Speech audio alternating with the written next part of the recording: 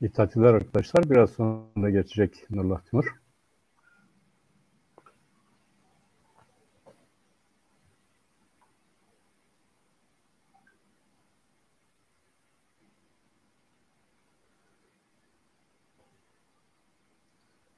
İtatiler Nurullah Timur arkadaşımızın bağlantısında galiba küçük bir problem yaşanıyor. Ben kısa bir sunum yapayım. Bu sunumu Nurullah Timur da bağlanmış olacak sanırım.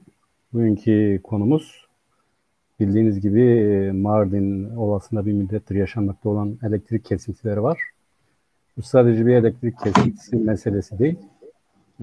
Ciddi bir toplumsal hadiseye dönüşmüş. Adeta bir cezalandırma hadisesine dönüşmüş. Köylüler su bulamıyor. Elektrik olmayınca doğal olarak modern yaşam bağlı olduğu bir enerji kaynağı. Bu olmayınca bir hayat duruyor. Ve Mardin Ovası'nda bir zamandır bu hayat belli aralıklarla devam etmekle beraber sürekli elektrik nedeniyle adeta felç edilmiş haldedir. Onu görüşeceğiz. İkincisi haftanın gündemi olan ve sık sık gündeme gelen ama bu son haftada özellikle yoğunlaşan taciz olayları gündeme geldi. Şırnak'ta, Batman'da ve yeni olarak da bir milletvekilinin kendi açıklamasıyla partisini istifa etmesi üzerine gündeme geldi. Gerçekten de ciddi bir mesele. Gerçekten de aynı zamanda çok ciddi temelleri, boyutları olan bir mesele. Bunu da görüşeceğiz. Nedir, ne değildir? Hem bizim ülkemizdeki biçimi hem de genel olarak kadınlara karşı bir erkek barbarlığı nedir, ne değildir onu görüşeceğiz. Ben ilk sözü Mardin bölgesinden Mehmet Şerif Öter arkadaşımıza vermek istiyorum. Bu elektrik kesintileri ve sonuçları itibariyle bu konuyu ele alacağız. Ardından diğer taciz hadiselerine geleceğiz. Mehmet Şerif Öter hoş geldiniz. Hoş bulduk. Teşekkür ediyorum. İyisiniz. Sağ olun. Çok teşekkür ediyorum. Sizler de iyisiniz inşallah. Çok teşekkür ediyorum. Sağ olun. Bu arada Nurlu arkadaşımız bağlandı. Bundan sonraki süreci Nurlu arkadaşımız devam ettirecek. Nurlu abi buyurun. Sen rica ediyorum. Çok teşekkür ederim Mehmet. Bir teknik arıza oldu herhalde. İnternetten kaynaklı bir şey oldu sanırım. Evet. Buyurun söz senin abi. Merhaba Çarpel Medya izleyicileri. Bu haftaki programımızda yeni konuklarımızla geçen hafta Bakür'de gelişen olaylarla ilgili yorumlarını alacağım konuklarımın. Bu haftaki programımıza katılanlar Mehmet Şerif Öter var.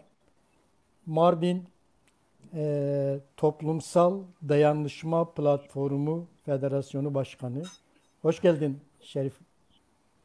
Hoş bulduk üstadım. Yine bu taciz olaylar Mardin'de ve Şırnak'ta gelişen taciz olayları Bakür'ün çok gündemindeydi geçen hafta. İçinden geçtiğimiz hafta. Bu konuda da Batman Barosu avukatlarından Sayın Ahmet Öztekin'in görüşlerini, yorumlarını alacağız. Kek Ahmet, hoş geldin programa. Hoş bulduk üstadım. Teşekkür ederim. Bu arada hayırlı olsun Çarpel Medya. Sağ ol, çok teşekkür ederim. Başarılar dilerim. Sağ ol, çok teşekkür ederim. Yine her zaman olduğu gibi PSK'den bir konuğumuz var. Sayın Nevzat Teker, PSK Genel Başkan Yardımcısı. Kek Nevzat Khairati. Geliş pas, sağlık hepinize. Kutluyorum. Başarılarınızın devamını diliyorum. Çalışmalarınıza da başarılar diliyorum. Sağ ol. Çok teşekkür ederiz. Hep beraber bu başarıyı, buradan bir şeyler çıkarmak, yine Bakür'ün sesi olabilmeye çalışacağız. Bir de Mehmet Gül, tanıyorsunuz zaten programlarımızdan. PAK Genel Başkan Yardımcısı. Mehmet sen de hoş geldin. Teşekkür ediyorum abi. Sağ olun. Bizim bu haftaki programımızda biliyorsunuz işte en çok konuşulan konulardan bir tanesi DEDAŞ'ın Diyarbakır'da, Urfa'da, Mardin'de, Şırnak'ta, Batman'da, Siirt'te ve Cizre'de yaptığı uygulamalar. Bununla ilgili bayağı bir rahatsızlık var Bakür'de. Biliyorsunuz bu tekler özelleştirildiği zaman 21 tane özel şirket kuruldu. Bu 21 tane kurulan özel şirketin bir tanesi de Bakür'ün 6 ilini kapsayan DEDAŞ AŞ olarak biliyoruz. Bu şirket Urfa, Mardin, Diyarbakır, Şırnak, Batman ve Siirt elektrik dağıtım işiyle uğraşıyor. Uğraştığından beri de çok problem yaşanmaya başlandı bu konuyla ilgili. Bir defa bizim gördüğümüz büyük bir rahatsızlık var. O da şu. Şimdi GAP yapıldı. GAP'ın sulamasından Harran'ın bir kısmı yararlanıyor, bir kısmı yararlanamıyor.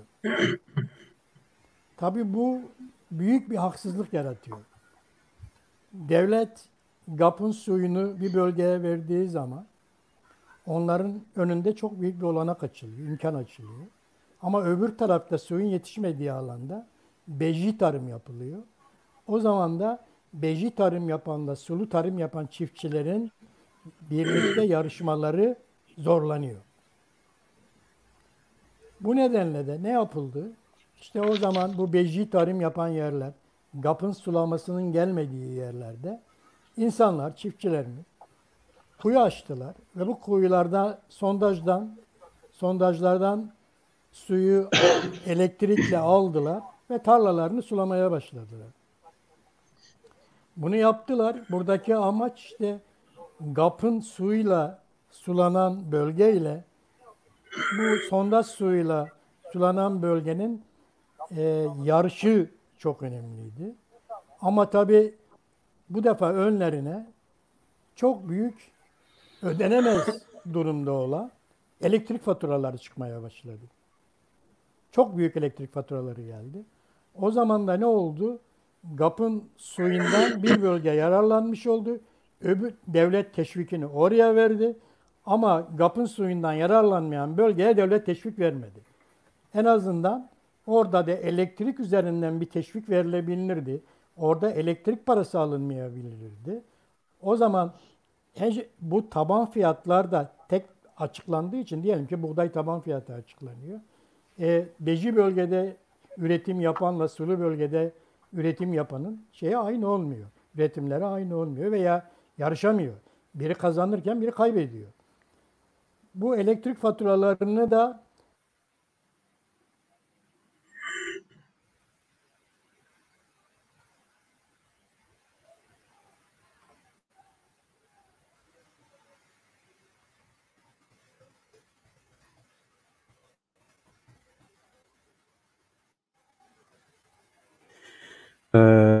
Nurullah abi de sıkıntı yaşanıyor bu internet bağlantısıyla alakalı arkadaşlar. Ben devreye girdim. Tabii Nurullah abi geldiğinde yine kaldığı yerden devam edecek ama ben sözü arkadaşımıza yine vermek istiyorum. Bu konuda bizi bilgilendirirse bu elektrik kesintileriyle ilgili olarak. Birincisi zaten bir genel bilgi verdi. Bu tarım itibariyle biz onu ele alacağız. Fakat bu iş nasıl başladı? Bu dağıtım şirketinin tutumu nedir? Mahkeme kararları nedir? Hükümet nasıl bakıyor? Biz bu konuda arkadaşımızın görüşlerini almaya başlayalım. Buyurun. Evet. Öncelikle ben bütün konuşmacılara ve şu anda Çarpel Medya'da bizi izleyen tüm izleyicilere saygılar sunuyorum.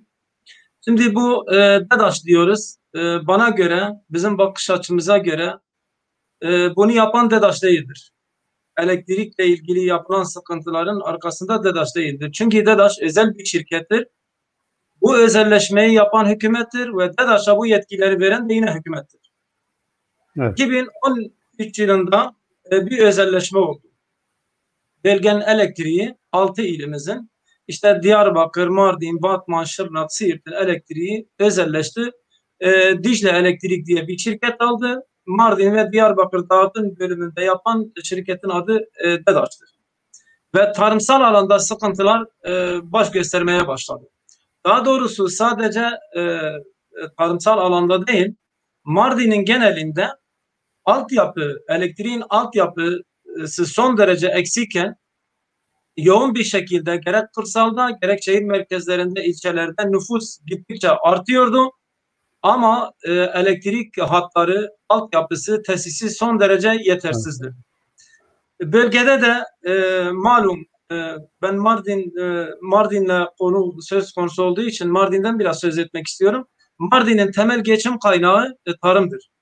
Özellikle Kızıltepe, Derik, Artuklu'ya bağlı ova ve Nusaybin'in bu tamamen hem kendi nüfusunu hem onun dışında bölgenin büyük bir ihtiyacına da ekonomik anlamda katkı sunuyor ve buranın ekonomisini geniş yelpazede bir zincir halkası gibi herkes bir şekilde kendi geçimini burada sağlıyor.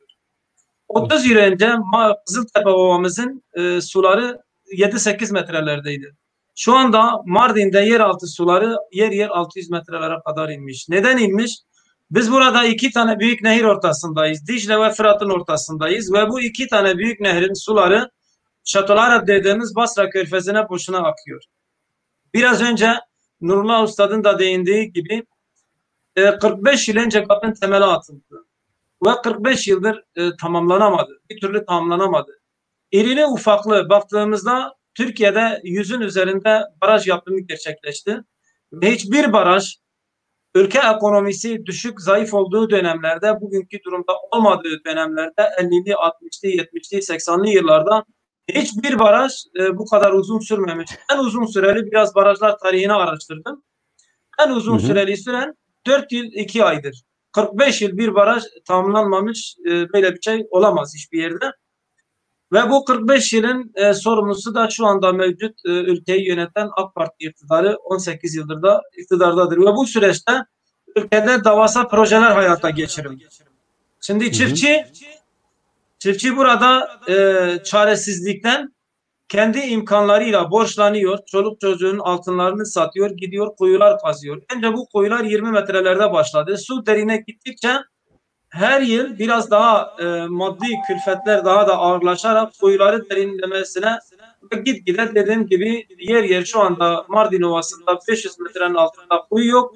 Bazı yerlerde 600 metrelere kadar inmiş. Bir 100 metre daha giderse bunu jeoloji mühendisleri söylüyor. Tuzlu suya kavuşacak.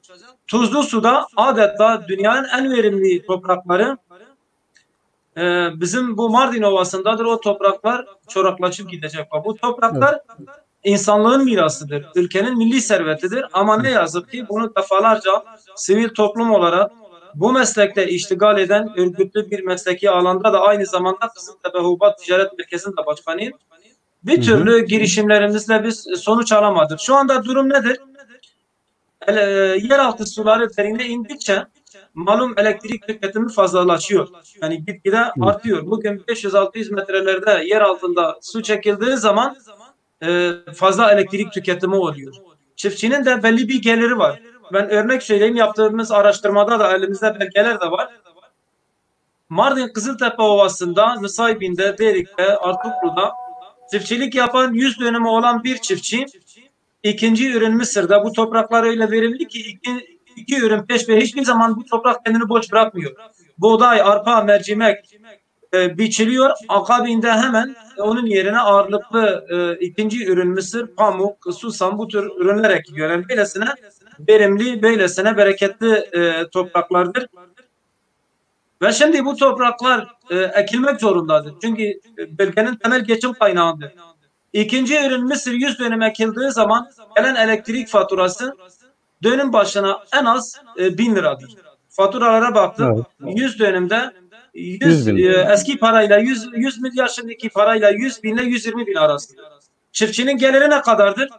Oralarda Mısır'da dönümde yaklaşık 1200-1300 verim elde ediliyor. Geçen seneki Mısır 130 ton Mısır hasat edildiği zaman nemiyle falan satıyor. Çiftçinin elinde bir 80-90 bin lira bir para kalıyor. Bunun girdiği çıktı maliyetleri var. Bunlar nedir? Sulamacıdır, işte mazottur, işte gübredir, işte biçer döverdir, ilaçtır. Bunlar da yaklaşık 50 bin liraya takabül ediyor. Çiftçinin elinde ne kalıyor? 40 lira kalıyor. Bu 40 lira onun nesidir?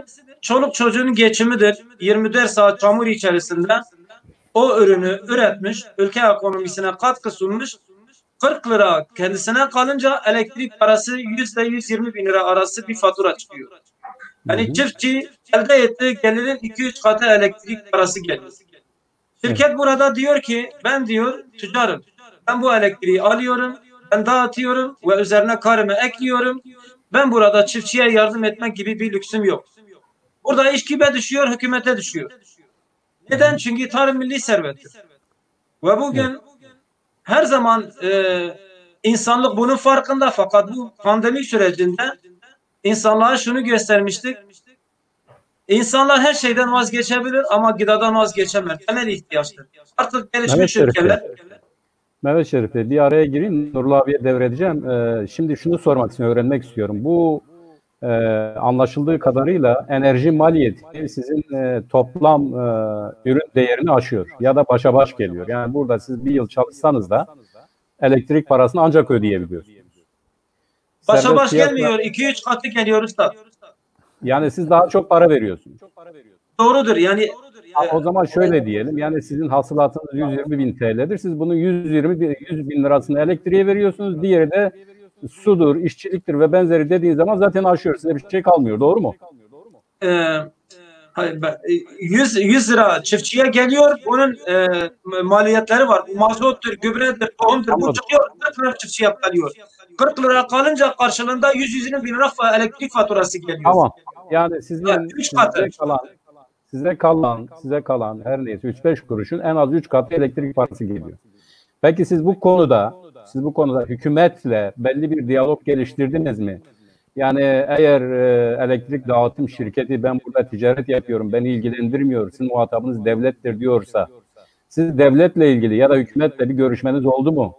Olduysa ne gibi sonuçları çıktı? Nurullah abi bundan sonra siz devam edebilirsiniz. Ben yine hazırlıkta bekliyorum. Yok, ben Şerif'i dinliyorum. Şerif Başkan'ı dinliyorum. Şerif Başkan anlatsın. Yani sürecin nasıl geliştiğini, neler olduğunu, o olaya çok hakim. Zaten hem Urfa'yı hem Mardin'i çok iyi biliyor. Onun devam etsin Şerif Bey konuşmasına. Sonra gerekirse biz de soru sorarız.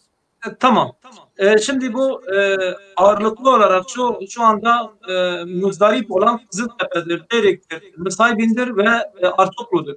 Urfa biraz durumu bizden daha farklı oldu. O da son 2 senedir. Onlar da daha önce bizim durumumuzdaydı. O da nasıl oldu? Aşağı Bozova ve yukarı Haran'da gölet yapıldı. Gölet yapılınca o boşa dereye akan su tutuldu. Biraz yeraltı suları 1100 metrelere kadar yükseldi. Fakat şu anda Kızıltepe çiftçisinin, Mardin çiftçisinin ve bu bölgemizin çiftçisi bu şekilde tarım üretimi yapması mümkün değildir.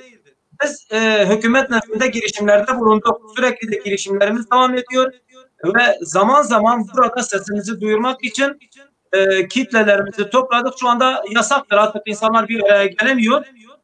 3 gün önce Tarım Bakan Yardımcısıyla birebir bir telefonda konuştuk. Bir hafta 10 gün önce 2 dönem önceki Mardin Milletvekili Sayın Orhan Biroğlu bununla ilgili hazırladığı raporu Bakanlar Kurulu'na kadar da getirdi. Bununla ilgili yapılması gerekenleri şu anda Sayın Cumhurbaşkanı da bu konuda haberdardır. Şimdi tarım yetkilileri şunu söylüyorlar. Daire başkanı bize geldi, diyor ki bu ürün çok su tüketiyor. Alternatif ürün geliştireceğiz. Tamam da alternatif ürün geliştirmesi için bunu 1 yıl önce, 2 yıl önce çalışması yapılır, plan programlı yapılır, çiftçiler bilgilendirir. Şu anda çiftçiler tohum almış. Bu sene eğer ekmese toprak boş kalacak. Boş kalınca ne olacak? Yaklaşık 2 milyon ton Mardin Ovası'nda üretilen mısır ülke olarak dışarıdan ithal edilecek ve Mardin ekonomisi büyük darbe almış olacak. Burada 20 bine yakın aile sadece sulamada faydalanıyor. 20 bine yakın çiftçi çocuklarıyla beraber onlar rızkı gidiyor. Burada bu 2 milyon ton 10 binlerce aracın nakliyası, yem sektörü, hayvancılık sektörü, bunlar hepsi darbe alacak. Biz diyoruz ki GAP suyu Mardin Ovası'na gelinceye kadar elektrikte hükümetin, devletin çiftçiye yardım etme zorunluluğu vardır. Bakın zorunluluk diyorum. Çünkü niye? Şu anda yanımızda belge var. 2020 yılı, bu 2020 yılında Türkiye'nin değişik yerlerinde 38 tane il var, bölge var ve orada sulamada dönüm başına 100 lira bir ücret talep ediliyor. Ama elektrik tüketimi 1000 ile 1200 lira, yani 10-12 katı.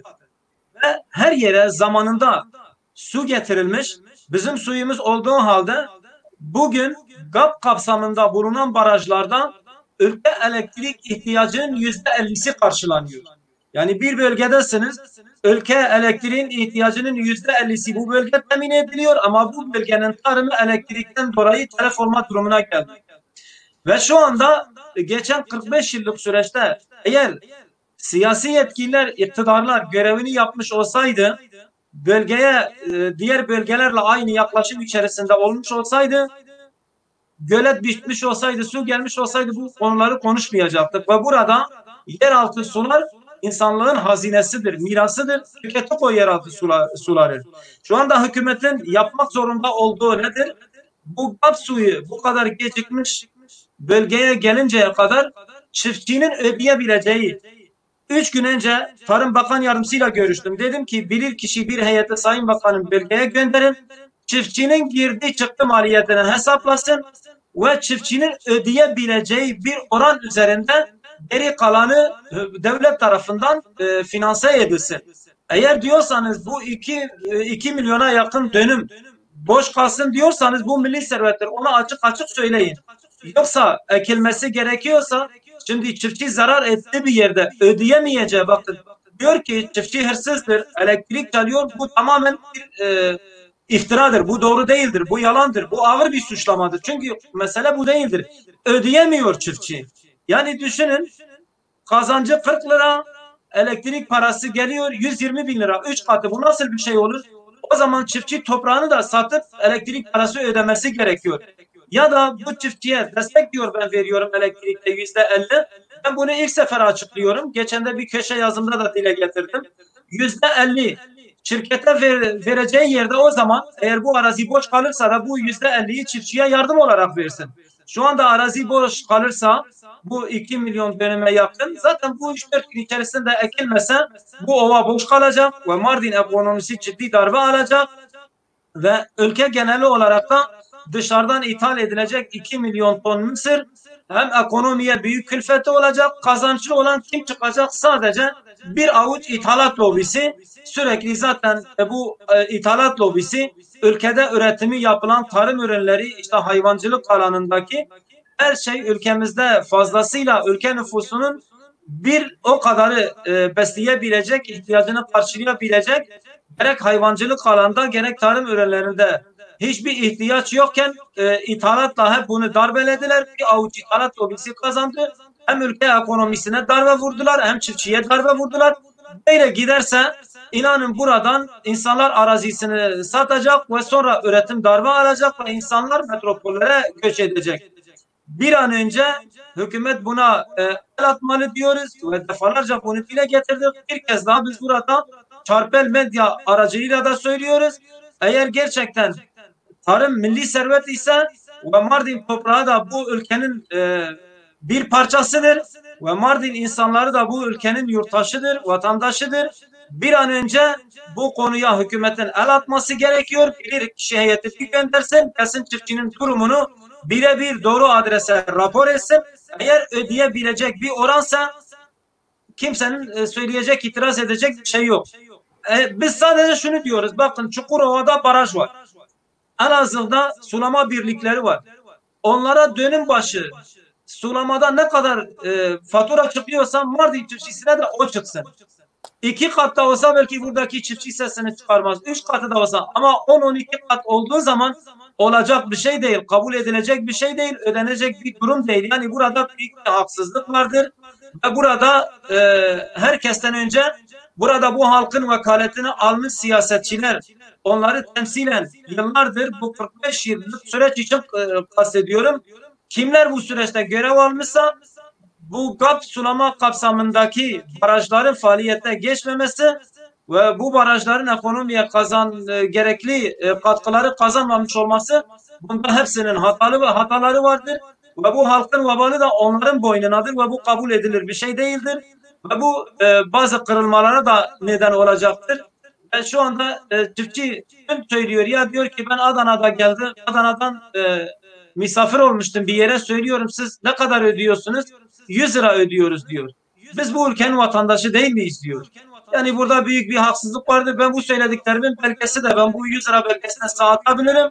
Çukurova'da ve 38 ilde Mısır, pamuk, süpürge otu, susam sulamasında yıllık 100 lira. Bakın 100 lira. Biz de bunu istiyoruz. Aynı diyoruz ki başka yerde neyse. Biz niye elektriği kullanmak zorunda kalıyoruz? 2 tane büyük nehrimiz boşuna akıyorsa elektrik üretimi erken bitti.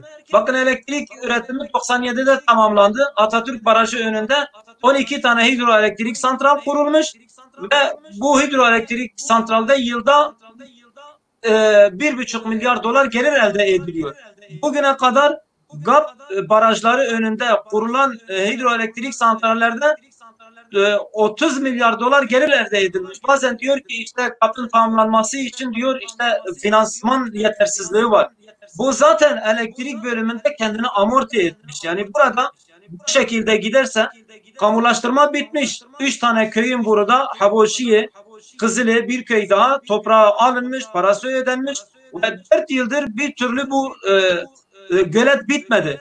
Ana kanal 2017'de bitirildi. Deneme suyu da bırakıldı. Gölet de bitirilirse, gölette su gelirse en az da yeraltı suları biraz bitecek, yükselecek. Yeraltı suları 600 metrelerden 100 metrelere çıkarsa en az da çiftçinin ödeyebileceği bir orana gelmiş olacak. Yani bu konuda bölgeye yönelik büyük bir ihmal vardır. Biz diyoruz ki bir an önce el atılmalı, ihmal edilmemeli. İhmal edildiği zaman mesele hem politize ediliyor hem de büyük kırılmalara yol açacak. Konuyla ilgili ben sorularınıza da cevap vermeye çalışacağım.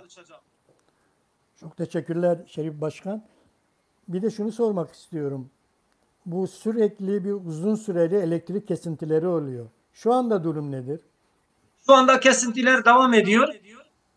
Bu tarımsal alandaki kesintiler DEDAŞ diyor ki eğer siz benimle sözleşme imzalamazsanız ben elektriğinizi keseceğim diyor. Çiftçinin de imzalaması mümkün değil. Çünkü kurtarmıyor. Diyor ki böyle kalacağına ben ekleyeceğim. Ve bu sefer ne yapıyor? Köylerin elektriğini kesiyor. Bu arada borcu olmayanlar da mağdur oluyor. Bunlar DEDAŞ'a gittiği zaman DEDAŞ diyor ki ben size jeneratör getireceğim. Çünkü hat aynıdır ya. Yani gider birinin elektriğini kesemiyor. Kestiği zaman bu sefer borcu olan olmayan hepsi mağdur oluyor ve kesintiler hala yer yer devam ediyor. Devam ediyor. Bir de şunu soruyorum başkan. Bu çiftçiye bizim bölgede verilen destek var. Biliyorsunuz bu desteğe hiç kimse el koyamıyor. Hiç kimse haciz koyamıyor. Fakat duyduğumuza göre TEDAŞ çiftçinin desteğine yapıyor. Haciz getiriyor veya paraya el koyuyor. Bu nedir bu durum? Bunu DEDAŞ yapmıyor. Başta da söylediğim gibi bunu hükümet yapıyor. Yani DEDAŞ'ın onayına, DEDAŞ'ın kontrolüne hükümet sunuyor. Destek nedir? Çiftçiye yardımcı olma miktarıdır. Üretim yapabilmesi için destek sağlıyor. İşte mazot desteğidir, gübre desteğidir, ürün desteğidir. Bunlar direkt olarak çiftçinin hesabına geçmelidir ama şirkete sunuyor. Şirketin de burada hükümetten talep etmesi gereken şudur. Ben tarımda bu fiyata verdiğim zaman kurtarmıyor. Siz ya destekleyin ya veremiyorum diyecek. Yani o hiç de doğru bir şey değil, kabul edilir bir durum değil. Çiftçinin desteği, yani nasıl ki bugün bir emeklinin, bir memurun maaşına haciz geldiği zaman o memur kendi geçimini sağlayabilecek kadar hepsini o harc edilen orada Üstad orada Ahmet Bey avukattır, bunu biliyor. Yani tamamını orada yapmıyor. O icra edilmiyor, haz edilmiyor. Bir miktar bırakılıyor. Ama bu da çiftçinin orada bir emeklisi gibidir. Bir yardım edip çiftçilikte nefes alması için sunulan bir miktardır. Doğrudan doğruya çiftçiye gitmesi gerekiyor. Yanlış bir uygulamadır, haksız bir uygulamadır orası. Evet, biz de bunu zaman zaman dile getirmeye çalışıyoruz. Bu mazot, gübre ve ürün desteklerini Ziraat Bankası'na yatar yatmaz DEDAŞ el koyuyor. DEDAŞ'a bu yetkiyi de hükümet vermiş. Hükümet DEDAŞ'a yetki vermiş. DEDAŞ para Ziraat Bankası'na yattığında bu paraya el koyuyor ve bunun çiftçiye ulaşımını engelliyor. Değil mi? Böyle bu şekilde gerçekleşiyor. Ziraat Bankası'na geldiği zaman da çiftçinin hesabına gelmiyor. Önce DEDAŞ orada alacağı varsa izin vermiyor, serbest bırakmıyor. Yani onayı DEDAŞ verecek. Çiftçinin hesabına da geçmiyor. Şimdi DEDAŞ'tan diyor ki Ben özel bir şirketim diyor kardeş. Zaten kapitalist sistemde ticaretin acımasızlığını hepimiz biliyoruz. O da sıradan bir tüccar gibidir. O da kendi karına bakıyor. Yardım istiyorsanız burada diyor gidin diyor devlete, hükümete. Ama maalesef gidiyoruz sesimizi duyuramıyoruz. Geçen de ben Kızıltepe'de bir basın açıklamasını yapmak istedim. Valiliğin bir genelgesi vardı. Her türlü açıklama olmaz diye biz de federasyonumuzun merkezinde kapalı alanda yapmak istedik. Hemen müdahale edildi. Kapalı ve açık alanlarda her türlü basın açıklamaları yasaktır diye biz yazılı yapmak zorunda kaldık. Hani bu meseleyi böyle basite alıyorlar. Bu mısır biçilmediği zaman, ekilmediği zaman, üretimi olmadığı zaman 3-4 ay sonra ne kadar vahim bir durumun ortaya çıkacağı kendini gösterecek. Ben bununla ilgili hayvancılıkta kısa bir örnek vermek istiyorum. 90'lı yılların ortalarına kadar burada bu Doğu ve Güneydoğu illerimizde Orta Doğu'ya hayvan sevkiyatı yapılıyordu. Kurban bayramlarına yakın Kızıltepe'nin ortasından İpek yolu geçiyor. Tırlar, kamyonlar hepsi hayvan yüklüydü. Geçtiği zaman şehrin üzerine hayvan kokusu geliyordu. Biz Orta Doğu'nun hayvan et ihtiyacını bu bölgeden karşılanıyordu. Şu anda Diyarbakır, Mardin, Kızıltepe, Urfa'nın marketlerinde Brezilya'nın, Sırbistan'ın, başka ülkelerinin işte bu buffalo dediğimiz neyin eti olduğunu bilmediğimiz etler var. Şu anda tekrar hayvancılıkta uygulanan yanlış politikalar sonucu bu sefer çiftçiler, köylüler köyü terk etti, metropollere gitti. Yeni kuşak gençler metropollerde büyüdü. Bu sefer teşvikler de verdi, geri köylere dönüşü sağlayamadı. Artık hayvan üretimi olmuyor. Şu anda her tarafta ithal et tüketiyoruz. Ki bizim ovalarımız var, meralarımız var, dağımız var, her şeyimiz var. Ne oluyor? Bir daha hani rahata alışmış o gençler gelip hayvan beslemez. Eğer çiftçi de bu araziyi sattıktan sonra, gittikten sonra bunun kıymetini anlayacağız, iş işten geçmiş olacak. İsrail dünkü devlettir, bugün tohumun patronudur. Oysa bu coğrafya medeniyeti dünyaya neyle yaydı? Tarım üzerinden yaydı. 12.500 yıl önce Karacadağ eteklerinde buğdayın tohumu bulunmuş. Siyas buğday dediğimiz bütün buğdayların atası ve tarım üzerinde dünyaya bu coğrafyadan medeniyet yayıldı. Tarım bir medeniyettir, insanı besliyor. Yani böyle yabani hayattan yerleşik alana tarım sayesinde geçildi ama bugün ne yazık ki tarım ve hayvancılığı kendi elimizle telef ediyoruz, mahvediyoruz. Bunu çok fazla dile getirdiğimiz zaman da bir şekilde bir etiket yiyoruz. Yani diyorlar ki işte bu şucudur, bu şucudur, budur. Yani bunlar yanlış şeylerdir. Bizim derdimiz burada memleketimizdir, insanımızdır. Ve biz hak olanı talep ediyoruz. Yani biz diğer bölgeler, ülkenin hepsi bizimdir, ortak değerimizdir. Diğer bölgelerde uygulanan, çiftçilerine veren, sunulan imkanlar biz diyoruz ki Mardin çiftçisine, Diyarbakır çiftçisine, Şanlıurfa çiftçisine de aynı şekilde sunulsun. Biz bunu talep ediyoruz. Farklı bir şey talep etmiyoruz. Yani bazen bizim söylemlerimiz çarpıtılıyor. Siz nasıl bölgeler ayrımcılık yapıyor dediğiniz zaman bu suçtur falan şeyler. Biz asla ayrımcılık yapmıyoruz. Ayrımcılık bir ırkçılık zihniyetidir. Biz mümkün olduğu bakın federasyonumuzun adı toplumsal dayanışma. Çünkü insanlığın, memleketin en çok ihtiyacı olan toplumsal alanda dayanışmamızdır. Bizim amacımız bütünleşmeyi sağlamaktır. Farklı fikirlerimizle, görüşlerimizle bunların zenginliğimiz olarak ama bu tür şeyler kırılmalara sebebiyet veriyor. İnsanları zor durumda bırakıyor. Bugün Kızıltepe Mardin'in 1/3'üdür nüfus olarak. Arazi olarak da Mardin'deki arazinin %34.22'si sadece Kızıltepe coğrafyasındadır ve bu topraklar dünyanın hiçbir yerinde yoktur. Böylesine verimli bu topraklar var. Bu topraklar ülkenin değeridir ve telef oluyor, boş kalacak. Yani kabul edilir bir şey değil. Bu nasıl bir mantıktır anlayamıyoruz. Anladım başkan. Bir de bu kaçak elektrik meselesi var başkan. Ben bu konuda da bir çalışma yaptım. Bu TEDAŞ'ın kaçak elektrik araştırma ekipleri var. Bu ekipler primle çalışıyorlar. Diyelim bir yerde bir trafo buluyorlar. O trafo sahipsiz bir trafo. Gelişigüzel bir kişinin ismine yazılıyor o trafo. Sonra o adam üstüne yazılan hiç ilgisi olmayan adam TEDAŞ'a başvuruyor. Diyor ki bu benim değil bu trafo. İspat et o zaman diyor. TEDAŞ ispat etmiyor. Bunu vatandaşa bırakıyor. Sen gel İsrail benim değil nasıl ispat edeyim diyorsun. Yani bu bir de böyle bir problem var sanırım. Ve bu primle çalışan kaçak ekipler bayağı bir sorun oldu bölgede. Öyle gözüküyor. Ne dersin? Şimdi bu ben kendim çiftçi değilim. Benim bir karış arazim yok.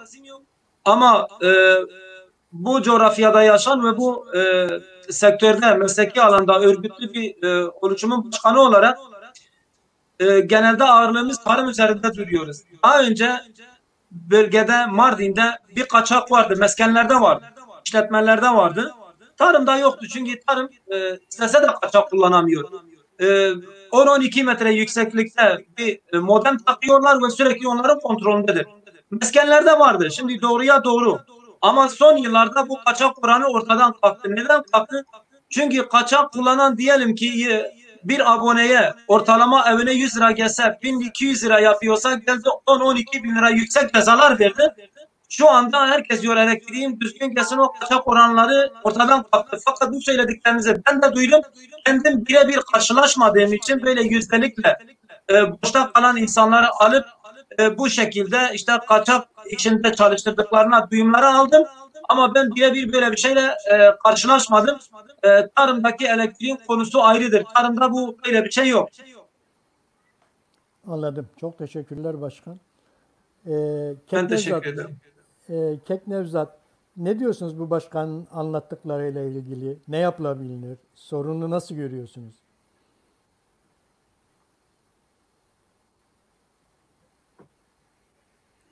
Diyorum. Programa katılan arkadaşlarıma, izleyicilere de saygılarımı sunuyorum. Doğrusu çok vahim bir tablo. Bunu Türkiye'deki siyasetten ayrılarak salt bir bölgenin, bir ilin sorunu olarak ele aldığımız zaman hanımca biraz eksik değerlendirmiş oluruz. Bu yapılanlar bence Türkiye'deki dünden bugüne gelmiş geçmiş hükümetlerin ve AKP hükümetinin bölgeye şaşı bakmasını bir sonucudur. Onun bir örneğidir. Şimdi bu elektrik dağıtım şirketlerini tek tek alıp incelediğimiz zaman onların kimler olduğu ve nereye dayandığını görürüz. Ben bir tanesini söyleyeyim. Yakınımdır. Aynı zamanda AKP milletvekilidir. Serhat bölgesinin elektrik dağıtım şirketini almış. İnanıyorum ki bu şirket, elektrik dağıtım şirketlerin büyük çoğunluğu AKP iktidarına yandaş olan ve onlara taraf olan insanlara verilmiş birer sus payıdır. Şimdi olaya böyle bakıldığı zaman elbette bu bölgedeki, bu ildeki halkımızın insanca yaşaması için tarım ürünlerini, çiftini doğru sürebilmesi için elektriğe, suya ciddi ihtiyaç vardır.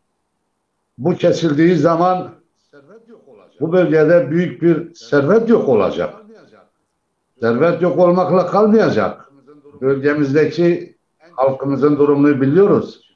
En küçük aile 8-10 ailedir, çiftçi ailesi. Bir yıllık emeğinin sonucudur bu çift. Eğer bunu siz susuz elektrik bırakıp yakarsanız bir aileyi yaşamına kastetmiş olursunuz. Şimdi kanımca bu konuda bir mahkeme kararı da var. Yani çiftçilerden yana verilmiş bir mahkeme kararı da var. Ama bu mahkeme kararına rağmen bu şirketler, DEDAŞ şirketi kimi yerlerde bunu uygulamıyor. Bunu neye dayanarak uygulamayabilir? Ancak bir yere dayanarak. Dayandığı yerde açıktır ki mevcut iktidardır, arkaları sağlamdır. Çiftçiden çok mevcut iktidar kendi yandaşını düşünür. Kendi yandaşının çıkarlarını her şeyin üstünde tutar. Onun için ben inanıyorum ki bu olaya karşı çok ciddi bir toplumsal muhalefet oluşmadığı sürece bu tür şeyleri çözmek kolay olmayacaktır. Ayrıca bir çifte standartta uygulanıyor. Yani siz tarımda çiftçiye destekliyorsunuz ama Mardin yöremizde yaşanan olaya baktığımız zaman bir köstek ortaya çıkıyor. Bu ne biçim destektir? Siz bu mevsimde o bölgede 100.000 ton buğday üreten, Türkiye pamuğunun %40'ını üreten bölgelerin suyunu, elektriğini keserseniz siz bu bölgedeki insanları 35-40 derece sıcaklık altında yaşamına kastetmiş olursunuz. Bırakın insanları, tarımı, bunun yanında ciddi oranda hayvan telefine neden oluyor. Çünkü susuz su olmadığı zaman hayvanlar da bundan etkileniyor. Sadece insanlar değil. Ve yine köylülerimizin, çiftçilerimizin basına yansıyan kadarıyla baktığımız zaman faturaların çok yüksek geldiği, hatta hayali faturaların yazıldığını söylüyor. 50 faturayı 5 dakikada yazıp belki fatura mahalline, elektrik mahalline gidilmeden elektrik faturaları yazılıyor. Ve bu işte bir sahtekarlık yapılıyor. Evrakta sahtecilik yapılıyor. Dolandırıcılık yapıyor resmen. Bakın 6163 aboneye 1 milyar 342 milyon borç çıkarılıyor. 1 milyar 342 milyon borç, o yörede üretilen ürünlerin tümünü de satsanız, arsanızı da satsanız bu değere yetişemezsiniz. Bu çok haksız bir uygulamadır. Makul bir şey yapılsaydı ben inanıyorum ki elbette çiftçilerimiz üzerine düşeni çok rahatlıkla yapardı. Ama bu şirketler her nedense 1'e 10, yani o bölge halkını açlığa, sefalete itmek için ellerinden ne geliyorsa yapmakta geri duymuyorlar. Bu borcu olanların dışında kimi köylerin de elektriği kesilmiş. Hiç borcu olmayan insanlar da bundan etkileniyor. Yani yazın bu mevsiminde özellikle o bölgede Mardin ve Urfa yöresinde sıcaklığın 35-40 derece olduğu bir yerde siz bir köyün elektriğini keserseniz, o köyü susuz bırakırsanız orada nasıl bir yaşam olur? İnsanların yaşam hakkıyla, insanların yaşamına kastediyorsunuz. Bunun mutlaka insanlık dışı bir olaydır. Bunu tasvip etmek, buna karşı olmamak, insan olmamakla eşdeğer bir şeydir. Şimdi soruyorum, acaba bu uygulamayı Antalya'da, İzmir'de bu elektrik şirketlerinin sahipleri yapabilirler miydi? İnanıyorum ki adım bile atamazlardı o konuda. Ama iş bizim bölgemizde olduğu zaman, Kürdistan'da olduğu zaman rahatlıkla, pervasızca suyu da kesebiliyorlar, elektriği de kesebiliyorlar. Mahkeme kararına rağmen istediklerini istediği şekilde yapmaya devam da edebiliyorlar. Değerli arkadaşlar, korona dönemi yaşadık. Bir pandemi dönemi yaşıyoruz. İnsanlar aylardır evlerinden, işlerinden, güçlerinden ciddi oranda işlerini de yapamadılar. Bu dönemde AKP hükümetine, devlete düşen görev böylesi zorlu bir süreçte bu çiftçilerimizin elektriğini, suyunu kesmek midir? Yoksa tarımda bu konuda pandemi nedeniyle yeter ölçüde üretime katılamayan, yeter ölçüde tarımsal alanda işini yapamayan köylülerimize destek olmak. Milyarlarca lira yardımda bulundunuz. Çifte standart uyguluyorsunuz.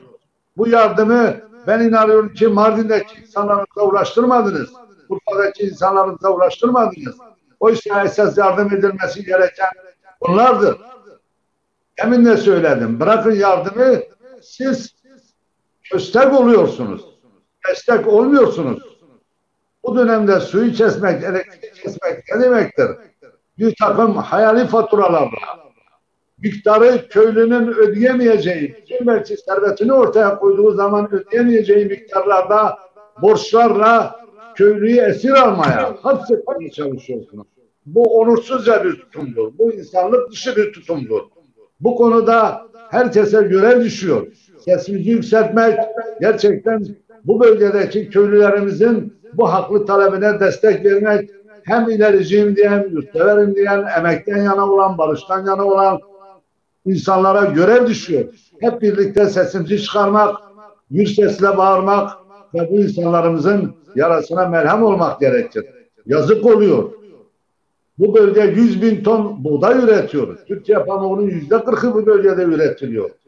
Mısır üretiliyor tonlarca, 100 tonlarca. Peki bütün bu değerleri siz olmadığınız zaman heder edersiniz. Yazık olur buna. O köylülere yazıktır, o çiftçilere yazıktır, o insanlara yazıktır. Onun için bence hükümetin yapması gereken tezelden bu bölgedeki, özellikle Mardin yöresindeki halkımızın, çiftçilerimizin sorununa çare bulmak ve DEDAŞ'ın tutumuna karşı yapılması gerekenleri bir an önce yapması ve halkımızın bu acı tablodan arınması gerekir diye düşünüyorum. Çok teşekkürler Kek Nevzat. Sayın Gül, bu konuda sizin de söyleyecekleriniz var mı? Var, birkaç konuda değineceğim Nurullah abi izin verirsen. Tabii. Birincisi ben Sayın Mehmet Şerif'e gerçekten teşekkür ediyorum. Konuya vakıf, durumun gayet bilincinde. Hem ne yaptıklarının hem ne olduğunu hem de ne yapmaları gerektiği konusunda tam bir fikir aydınlığı var. O bakımdan teşekkür ediyorum. En önemli konu şu, benim baktığım kadarıyla. Çağdaş dünyada hiçbir ülkede siz herhangi birinin kendi yükümlülüğünü yerine getirmediği diye bütün bir bölgeyi açlığa, sefalete ya da çağdaş yaşam değerlerine mahrum edemezsiniz.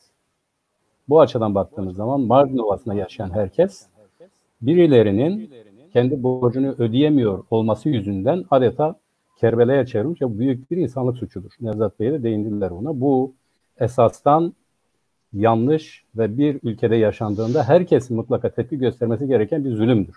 Bunu böyle görmemiz lazım. Basına yansıdı. İnsanlar uzak yerlerden evlerine su taşıyorlar. Bu yazın sıcağında, bu pandemi döneminde insanlar su içmek için, hayatta kalmak için mücadele ediyorlar. Ve ne acı ki Türkiye'de çok daha önemsiz konular her gün saatlerce konuşulduğu halde Mardin Ovası'nın, yani binlerce insanın, yüz binlerce insanın hayatta kalmak için kilometrelerce yol kat ettikleri bir durumda sesleri çıkmadı, basına yansımadı bile. Yani Türkiye basınında biz bunun işlendiğini, neden burada bunlar oluyor dendiğini hiç görmedik. Haber bile olmaz. Bu başlı başına bir, açıkçası hem yüz kızartıcı bir olaydır hem de nasıl bir ülkede yaşadığımızın çok açık bir delilidir, açık bir kanıtıdır. Sayın Başkan dediler ki, hani adalet diyoruz ya, bu çok güzel bir örnek dedik ya, bizim bölgemizde bizim enerjimiz var, enerji kaynaklarımız var, bizim elektriğimiz var bu bölgeden üretilen. Yani bütün Türkiye'nin enerji ihtiyacının %50'sini karşılayan enerji bizim ülkemizde, bizim bölgemizde temin ediliyor. Fakat bundan bize yaşamımızı devam ettirmek için verilmiyor. Bu özelleştiriliyor ki uluslararası standartlar çerçevesinde eğer enerjide insanların hayatına mal olacak bir durum varsa devlet bunun gereğini yapmak zorundadır. Özelleştirmişse geri almak zorundadır. Yani bunun üzerinden siz bir ticaret yapamazsınız. Ticaret yaparsın ama eğer bu insanların hayatına mal oluyorsa, eğer hayatı devam ettirmek için gerekli olan bir ürünün temininde ciddi bir problem oluyorsa devlet buna el koyar ve halkın hizmetine sunmakla yükümlüdür. Buna mecburdur. Bu elektrik bizim ülkemizde üretiliyor, bizim bölgemizde üretiliyor. Siz bunu alıp başkalarına parayla satabilirsiniz ama eğer biz bundan ötürü yaşam kavgası veriyorsak sizin işlediğiniz suçtur. Bundan başka bir şey değildir. Birincisi bu. İkincisi yine başkan belirtti. Gerçekten çok haklıdır. Bizim insanlarımıza karşı açık bir ayrıcalık yapılıyor. Nedir bu? İşte Batı bölgelerinde, Ege'de dönüm başı 100 TL olan elektrik ücreti bizde 1000 TL'yi buluyor. Hatta 1200 TL yanılmıyorsam. Bunun sebebi nedir? Yani neden elektrik ücreti bir yerde 100 TL iken bir yerde 1000 TL oluyor? Biz burada bir iyi niyet arayabilir miyiz? Ya da biz burada zorluğu söz konusu yapabilir miyiz? Ya da biz burada yani dönüm başına her tarafta 100 TL alıyorsa Kürdistan'da da Kürt milletinin işlediği topraklarda da bunun 100 TL olması lazım. Neden 100 TL değil? Yani bunu bize açıklamaları lazım. Ne diyor peki yönetim? Başkan dedi ki bizi hırsızlıkla suçluyorlar. Siz elektrik parasını ödemiyorsunuz. Elektrik parası ödenecek bize değil ki ödensin. Yani ödenebilecek bir tarafı varsa ödenir. Ama siz zaten bizim gırtlağımızı sıkmak için bir fiyatlandırma yapmışsanız istesek de ödeyemeyiz. Açıkladı. 120 lira geliri vardır. toplamda yani 120 liralık, 120 bin liralık bir mahsulün sadece 120 bin lirası elektriktir. Yani 30-40 bin lira çiftçi ailesine kalıyor ama bunu 120 bin lira ölçüsünde devlete elektrik borcu, şirkete elektrik borcu olarak ödüyor. Nasıl ödeyeceksin bunu? Nereden getireceksin? İzah edilir bir tarafı var mı? Elbette ki yoktur. Bir diğeri elektrik şirketleri, şimdi telefon şirketleri her neyse, Anayasa Mahkemesi'nde adaletsizce kabul ettiği gibi ülkede kullanılan bütün elektriğin parası kümülatif olarak diğerlerine bölünüyor ve herkesten tahsil ediliyor. Yani diyelim ki Mardin'de biri ödemedi ama ben ödüyorum. Burada herhangi bir kaçak söz konusu değildir. Devlet zaten zorla bunu tahsil ederek şirketlere veriyor. Yani bu şirketler neyin peşindedir? Neden kesiyor? Bunu devletten zaten alıyor. Örneğin diyor ki ben şu kadar watt elektrik sattım ama paramı alamadım. Devlet de çok güzel bir şekilde kümülatif bir hesap yapıyor. Bizden alıyor ve yeniden şirkete veriyor. Şirketin mağduriyeti söz konusu değildir. Başkanın fikirlerine bütünüyle katılıyorum. Sadece muhalif olduğum konu budur. Doğrudur, bu şirket ticaret yapıyor. Kendi karını düşünmek zorundadır. Fakat bazı şeyler ticaret meselesi yapılamaz. Elektrik, su bunlardan biridir. Yaşam kaynağıdır bunlar. Yani yaşamı temin etmek için elde edilen şeylerdir bunlar. Bunun ticareti olmaz. 2, zaten devletten bunu alıyorlar. Bize karşı bunu ikinci defa kullanmasınlar. Bu yanlış bir şeydir. Devletten almıyor mu? Alıyor. O kadar adaletsizce bir şey var ki her tarafa çiftçilere yapılan destek, bütün çiftçiler bunu alıyor. Haciz edilemiyor, bloke edilemiyor. Ama Mardin Ovası'nda üretim yapan çiftçilerin parası bloke edilebiliyor. Neden? Çünkü enerji şirketine borcu var. Bu yasal hak. Yasal bir haktır bu. Yani bu aynen bir emeklinin emekli maaşına haciz konulamayacağı gibi ya da onun yaşamını zora sokacak ölçüde bloke edilemeyeceği gibi enerji borçları, elektrik borçları da o çiftçilerin yaşam giderleridir. Bunların birine borcu var diye bloke edilmesi yasa dışıdır. Yani şu düzenin içerisinde, şu zaten artık hiçbir şeyin tanımadığı şu düzenin içerisinde bile yasa dışı bir iştir. Bunu yapamaz, bunu yapmaya hakları yoktur. Fakat biz hangi haktan söz ediyoruz gerçekten? O da ayrı bir konudur. Mahkeme karar vermiş, iyi kötü demiş ki, yani siz bu insanların örneğin birine uyguladığınız cezadan diğeri de etkileniyorsa bunu yapamazsınız demiş ama uygulayan yok. Yani elektrik dağıtım şirketi, enerji dağıtım şirketi bunu tanımıyor. Ne yapsın şimdi köylü? Ne yapacak ya da bu köylü? Yine doğru bir şekilde tespit ettikleri gibi bunun muhatabı hükümettir. Yani biz işi başka yerde aramayalım. Ya da hükümetin ya da Türkiye'deki basın yayın organlarının ya da her neyse herkesin bu işe duyarlı olan bütün siyasetin beni ilgilendirmiyor gibi hareket etmesi aslında bizim sahip olduğumuz bölgenin ve kimliğimizle alakalı bir olaydır. Niye bunu yapıyorlar? Bu ciddi bir sorudur ve bunu sormamız lazım. Olay şudur. 1984'ten beri, 85'ten beri pek Özal güzel bir şekilde de belirtmişti o zamanlar. Biz öyle şeyler yaparız ki siz sınır boylarını 3-5 milyon insanı boşaltırız bu topraklardan. Siz de bir şey yapamazsınız. Hak mücadelesi de olmaz. Bunu yaptılar gerçekten. Dersim'de de yaptılar ve hala yapıyorlar. Bugün Mardin Ovası'na uygulanan bilinçli bir siyaset. Bu siyasetin amacı şudur. 1, Ege'de ciddi bir tarım yapılmaktadır. Fakat Ege'de tarım işçisi bulunmamaktadır. Yani sadece düz tarım işçisi değil, kalifiye tarım işçisi bulunmamaktadır. Mardin Ovası'ndan işini gücünü yapamayan gençler ne yapıyor? Direkt Ege'ye gidiyor ve buradaki tarım çiftliklerinde işçi oluyor. Burada çalışıyorlar. Yapılmak istenen şudur. Bu bölgenin gerçekten de bu siyasetle, bu enerji ambargosuyla ya da bu enerji ya da bu Kerbela'ya çevirerek bu bölgeyi boşaltmak ve Ege'de kimi insanlarımızı tarım işçisi haline getirmektir. Diğerlerini o bölgede yaşanmaz hale getirip göç ettirmektir. Başka bir anlamı yoktur. Eğer böyle değilse, eğer bu niyet yoksa, devletin çiftçilere, hakkını isteyen çiftçilere siz hırsızlık yapıyorsunuz gibi galiz hakaretler yapması gündeme gelmezdi. Eğer böyle bir niyet olmasa, zaten söyledi başkanımız, raporlar hazırlandı, kamuoyuna yansıdı. Kürtler her gün bunun telaşı içerisinde, her gün ya açız, susuzuz diyorlar. Yani bunu getirip belli bir ekonomik üretim modeli içerisinde ele almanın anlamı yok. Gerçekten de böyle başkan izah etti. Bilinçli bir şekilde bizim doğamızda, bizim coğrafyamızda üretilen her şeyin köküne kibrit suyu dökmek için enerji kesintisi bir bahanedir. Eğer böyle değilse derhal devlet zaten borcunu ödediği bu şirketlerin uyguladığı politikaya karşı çıkar ve bu bölgede enerjinin, çiftçiliğin devam edebilmesi için, hayatın devam edebilmesi için, Kürt milletinin kendi toprağında, kendi coğrafyasında insan gibi yaşayabilmesi için bu zalimce uygulamaya bir son verir. Bizim önerimiz, bizim görüşümüz bu yöndedir.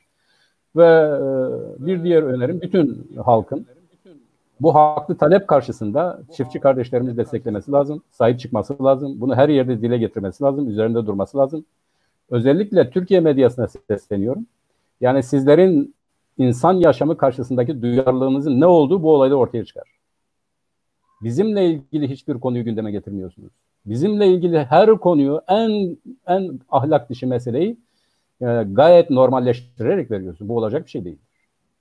Bunun karşısında bütün halkımız duyarlı olmalı. Her birimizin başına gelecek bir şeydir ve her birimiz yaşamışız bunu. Her taraftan göç ettik. Bunu bilmemiz lazım. Amaç budur. Toprağımıza, çiftçimize, köylümüze sahip çıkmalıyız.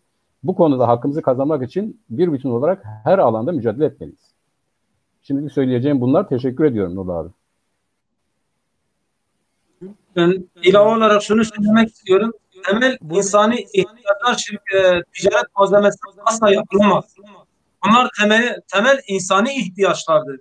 İşte su, gıda, ama maalesef bunlar da birileri için ticari malzeme ve rant malzemesi haline geliyor. Bu olmaması gerekiyor. Yani bu konuyla ilgili sadece federasyonumuzun bu 7 yıl içerisinde özelleşme yapıldıktan sonra tarımsal alanda yaşanan bu sıkıntıyı basın açıklamalarıyla, mitinglerle, yazılarla, 100'ün üzerinde açıklamalarımız var basında. Ve hatta bundan dolayı zaman zaman muhatap alınmayan karşıt bir sivil toplum örgütü muamelesi görüyoruz. Halbuki mesele çok ciddi. İleride biraz önce de söylediğim gibi hayvancılığı nasıl elden kaçırdık, bu da elden gittikten sonra anlayacağız ama geri dönüşü büyük bir bedelle olacak. Bazı şeylerin elden çıkması için yanlış bu uygulama ve kasıtlı bir art niyetle olabiliyor, çabuk gidebiliyor ama onu geri getirmek bazen böyle bir kuşak insanın değişmesi gerekiyor. Bunlar gelecek nesillerin de aynı zamanda biz miraslarına zarar veriyoruz. Ne demek 8 metrelik su bugün 600 metrelere inmiş. Suyunuz var ama yeraltı sularına saldırmışsınız. Yani her türlü imkanınız var. Olmasa çiftçilere güneşle enerji üretmek, dünyada en çok güneşin olduğu bölgelerden bir tanesindeyiz. Güneş enerji panellerinde destek sağlasın devlet ve desin ki sen bu panelleri kur, sana işte güneşten elektriğini üret. Yani bir şekilde çiftçiye el atmak sadece çiftçiye değil belki bu halkanın en az kazananı çiftçidir. Çünkü bu çiftçi bu üretimi yaptığı zaman bir zincir halkası gibi hepimiz geçimimizi buradan sağlıyoruz. Esnafa kadar, berbere kadar. Bugün bir berbere gittin hiç yapamadığı zaman diyor ki ya bu sene üretim az olmuş. Çiftçinin durumu iyi değil. Bir lokantacının biz bir ara bir anket yaptık böyle sosyal bir anket. Aynen şunu konfeksiyoncu diyor, berber diyor, lokantacı diyor. Çiftçinin durumu iyiyse geliyor diyor. Yemek diyor eve de paket yapıp getiriyor. Evet durumu kötüyse diyor evde bir çorba yiyor ve aç eve dönüyor. Yani bu çiftçi bölgeyi besliyor. Bölge insanını besliyor. Ülke ekonomisine katkı sunuyor. Ve biraz önce hocam söyledi. Oranları ben vermek istiyorum. İkinci ürün Mısır ülke ihtiyacının 1/3 Mardin Ovası'ndan temin ediliyor. 1/3. İkinci ürün Mısır. Hububatta da buğday, mercimek, arpa da ülke ihtiyacının %20'si bu ovadan karşılanıyor. Bu ovadaki üretici en üstünde tutmalı, saygı duymalı, değer vermeli, hırsızlıkla damgalanmamalıdır diyorum.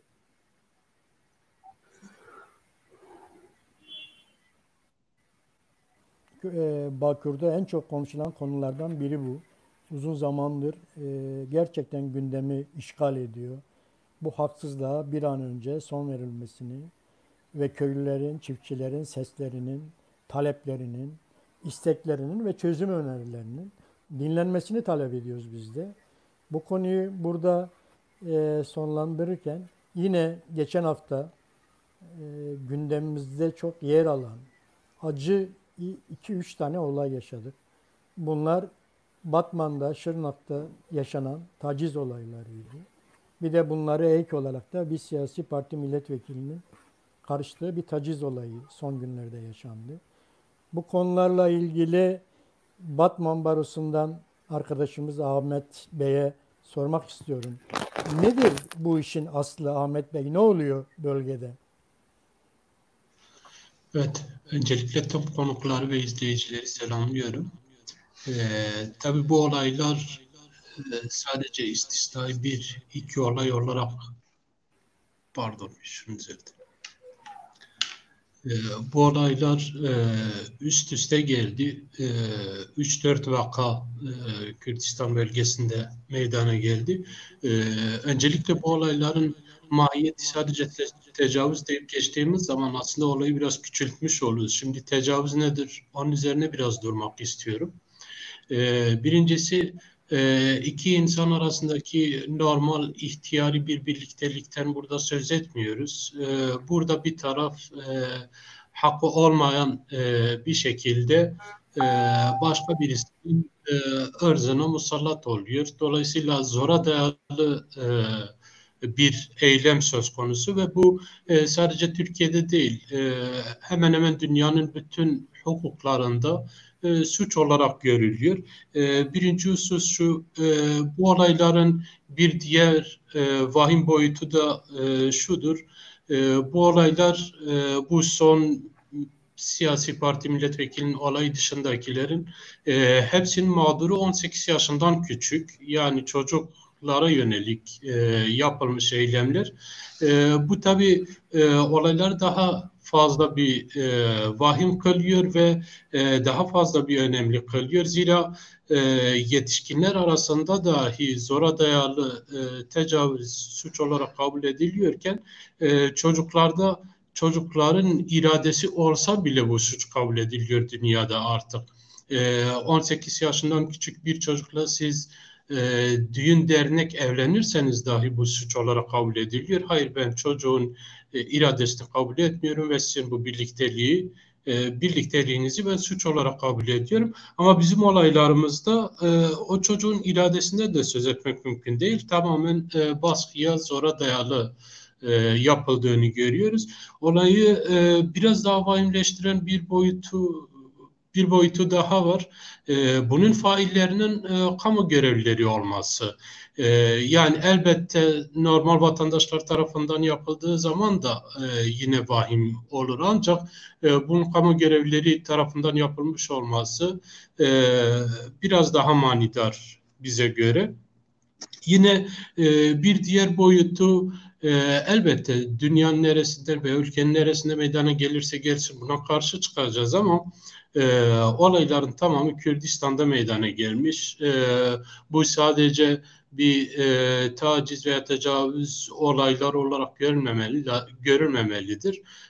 Kanaatimizce Kürt toplumunun yapısını bozmaya yönelik bir eylem olarak da görülebilir. Şimdi tabii burada elbette barolar olarak, bölgedeki sivil toplum kuruluşları olarak veya avukatlar olarak biz bu olayların takipçisi olacağız ve faillerin cezalandırması için hukuki desteği sonuna kadar sunacağız. Gerek kamuoyunun oluşturulması açısından, gerek hukuki destek sunulması açısından biz mağdur ailelerin yanında olacağız ve tabii mağdur ailelerin veya mağdurların psikolojik destek almaları hususunda da biz elimizden geleni yapacağız.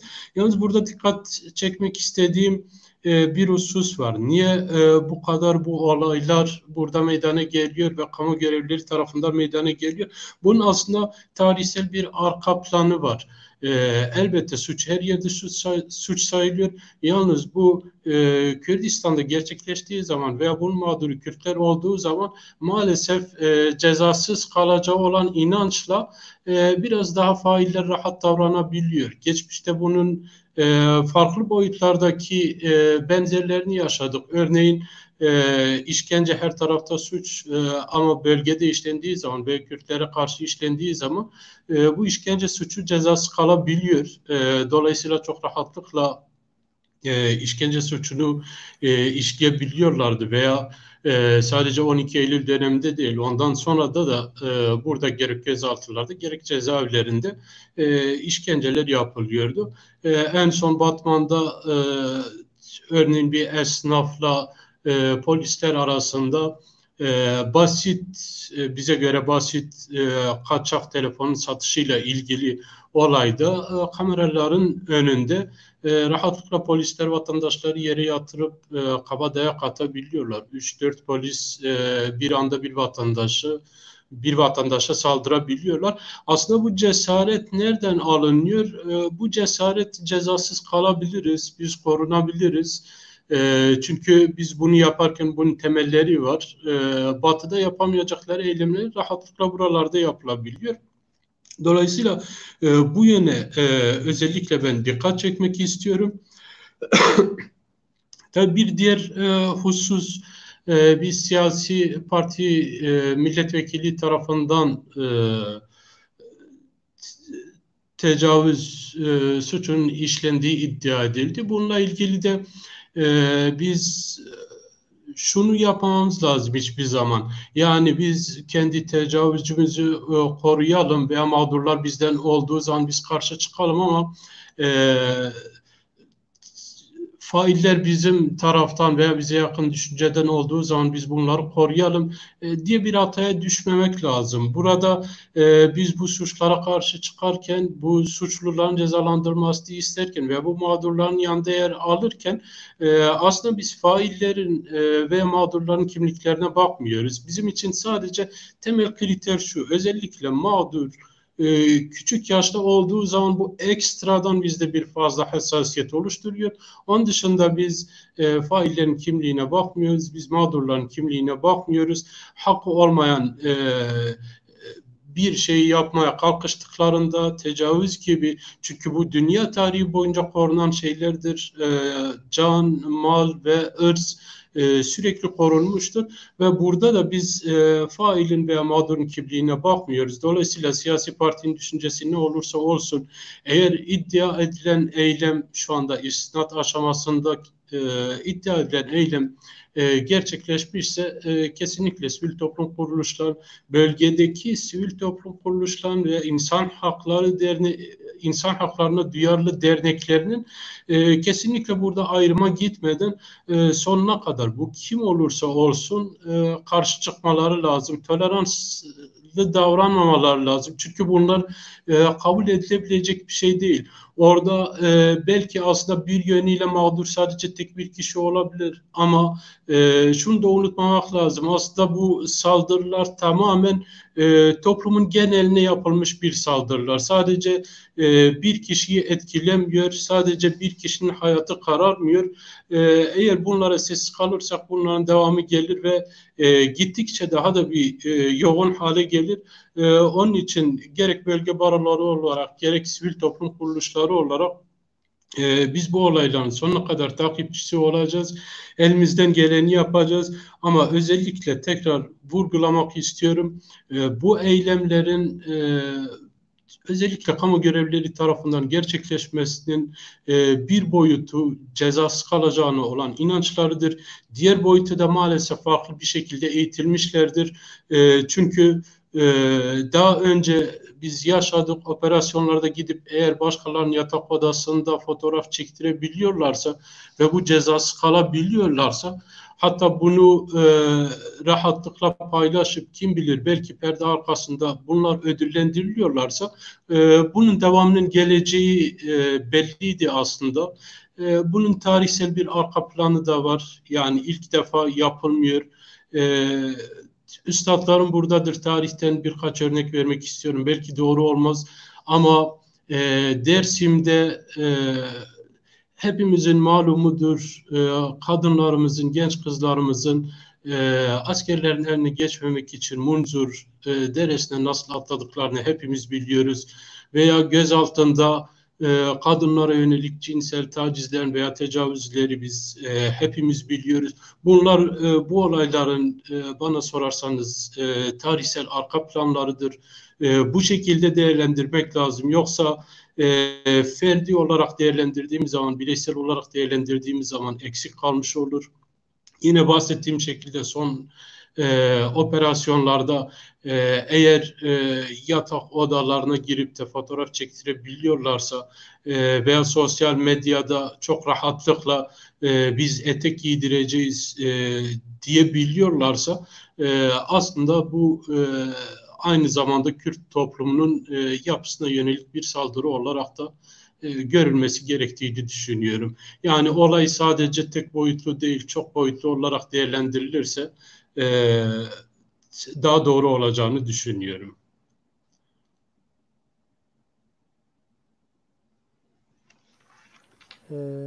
Bu Batman'daki kadının hastanede ve hayati tehlikesinin devam ettiği söylendi.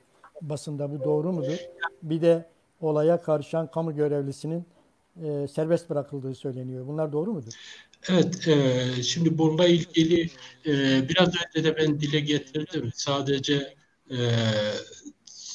bu olaylara hassasiyetle yaklaşan barolar değil, tüm barolarımız, tüm avukatlarımız bu olayların peşini bırakmayacaktır, sahip çıkacaklardır. Ve Batman Barosu da bu barolardan birisidir. Olayın gerçekleşme yeri Beşir'in kırsal kesimi Siirt tarafına baktığı için soruşturma Siirt Başsavcılığı tarafından yürütülüyor. Maalesef bahsettiğiniz mağdurun hayati tehlikesi halen devam ediyor. Batman Barosu ile Siirt Barosu'nun işbirliği içerisinde yaptığı çalışmalardan biz bunu öğreniyoruz. Diğer yandan olayın faili denetimli serbestlikle şu anda serbest bırakılmış durumda yurt dışı yasayla. Tabii böylesine vahim bir isnat karşısında serbest bırakılması da işin açıkçası toplum vicdanını yaralıyor. Sayın Öztekin. Sayın Teker, ne diyorsunuz bu olaylara? Özellikle bu son iki olaya baktığımız zaman Sayın Ahmet Öztekin avukat arkadaşımız çok özlü biçimde olayları ifade ettiler. Olayın özünde bu halka karşı yapılan saldırıların ve bu halkın onuruyla oynamanın, onu aşağılamanın bir göstergesidir bu olaylar. Bu elbette bireysel olarak görünse bile özü itibariyle yapılan bu bölge halkını aşağılama ve onun onur ve haysiyeti oynama oyunudur. Biz bu olayları ilk defa yaşamıyoruz. Belki bir ilk olsaydı farklı şeyler söylerdik. Ama dün de yani ben işte 55 küsur yıldır siyasetin içindeyim. 55 bin örnek yaşadık. Bugün de aynı şeyleri yaşıyoruz. Ben öyle görüyorum ki eğer şu mevcut ülkeyi yönetenlerin anlayışları değişmediği sürece bu olayların yarın da devam edeceği noktasındadır. Bir örnek bu Ensar Vakfı'nda benzer bir olay yaşanmıştı. Aileden sorumlu bir bakan bir taneden bir şey olmaz diyor. Şimdi bir taneden bir şey olmaz dersen o zaman her zaman yapılandan da zaten hiçbir şey olmaz. Onlar için bir seferde bizde her zaman yapılandır. Bir bakan nasıl bunu söyleyebilir? Veya bu olayların akabinde sosyal medyada bu olayı gerçekleştirenlerle ilgili yazılanlara bakıldığı zaman utanç duyması lazım bu ülkede yaşayanların, bu ülkeyi yönetenlerin. 10 yaşındaki bir kız çocuğumuza, 17 yaşındaki bir kız çocuğumuza tacizde, tecavüzde bulunuyor. Sosyal medyadan bu olayı, bu faili işleyenler övülüyor. Aferin deniliyor bunlara. Ama hiçbir savcı da bunları görmüyor. Ama dün Cumhurbaşkanı'nın eşine ve ailesine karşı yapılan hakaretlerden dolayı anında herkes yakalandı ve derdest edildi, içerideler. Peki bu insanlar insan değil mi? 10 yaşındaki bir çocuk sizin de çocuklarınız olabilir ya. 10 yaşındaki bir çocuğa üstelik bir kamu görevlisi, üniformalı bir insan, bir şehir merkezinde bu tür ahlaksızca bir tutum sergileyebiliyorsa bunun mutlaka güvendiği bir şeyler vardır. Bunun mutlaka bir arka planı vardır. Nedir planı? Dedik ya dün de bunları yaşadık. İlk olsaydı derdik bir örnektir yaşandı. Biz de bakan gibi söylerdik. Ama biz dün de bunları gördük. Bugün de aynı şeyleri yaşıyoruz. Ama eğer bu zihniyet bu şekilde olursa kısa etekler gezen affedersin ne yapmak mübahtır anlayışını sen yaygınlaştırırsan, bir vakıfta bu işe tecavüzde bulunan insan bir sefer yaptı dersen, 10 yaşındaki bir çocuğu koskoca bir idari amiri bir şehrin, mülki amiri, valisi, o valinin söylemesi gereken şu olmalıdır. O uluslararası anlaşma ve sözleşmeleri altına imza attıkları ona sahip çıkmalıydı. Artı failinin bulup derhal cezalandırılması gerekir demeliydi. Onurlu bir vali, görevini layıkıyla yapan bir vali bence böyle olmalıydı. Yoksa olayı normalleştirerek sarhoştu, çevreye rahatsızlık verdi türünden bir açıklamayla ifade etmesi elbette onur kırıcı bir şeydir. Utanç verici bir şeydir. Bir valinin bunu yapmaması gerekir. Sonuçta bu 10 yaşındaki bir çocuk. Ve ben inanıyorum ki eğer o olaydan sonra Şırnak halkı sokağa dökülmeseydi olay örtbas değildirdi. Belki hiç kimsenin haberi bile olmazdı. Batman'da yaşanan olay da benzer olaylardır. Eğer kamuoyunun bu bölgedeki barolarımızın, avukatlarımızın, insan hakları kuruluşlarımızın, barışsever, dost insanlarımızın çabaları olmasa ben inanıyorum ki bu iki olayda da olay örtbas edilecekti. Bu ikisi sadece basına yansıyan, belki basına yansımayan çokça örneklerle yaşanıyor. Tehdit edilerek, korkutularak hiçbir yere insanların bildirme şansı olmuyor. Milletvekilinde siyasi bir partinin milletvekilinde yaşadığı gibi. Bir yıl öncesinde, 1,5 yıl öncesi herhalde yaşanmış bir olay ama şimdiye kadar bu örtbas edilmiş ve yeni ortaya çıkarılıyor.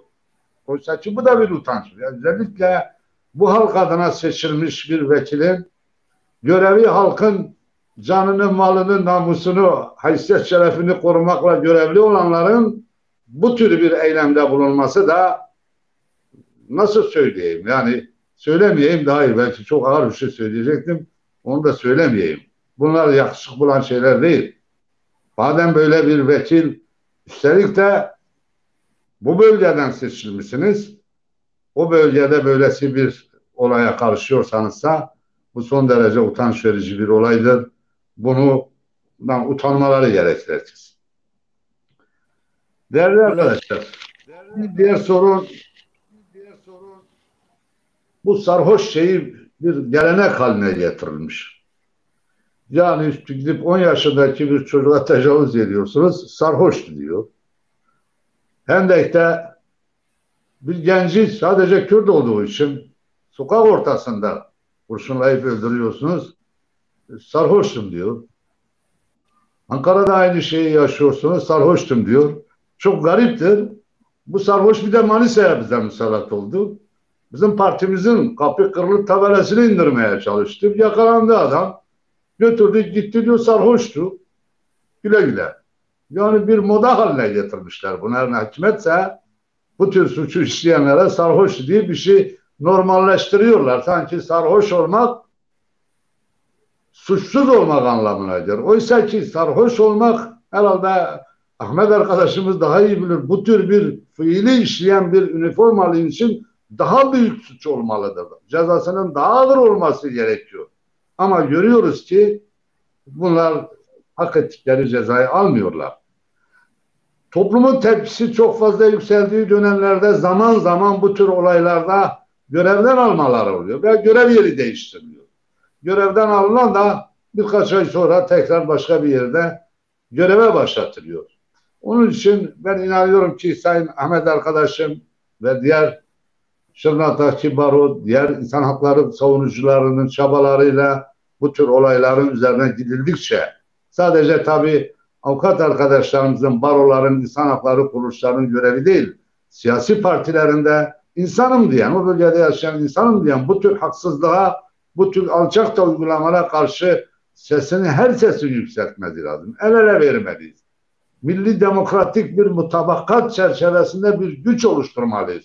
O gücü oluşturduğumuz zaman belki gündemde bu tür olaylara dur diyebilme şansını yakalayacağız. Yoksa başka türlüsü görünen o ki hep bir sinemanın film şeridi gibi gözümün önünden gelip geçiyor.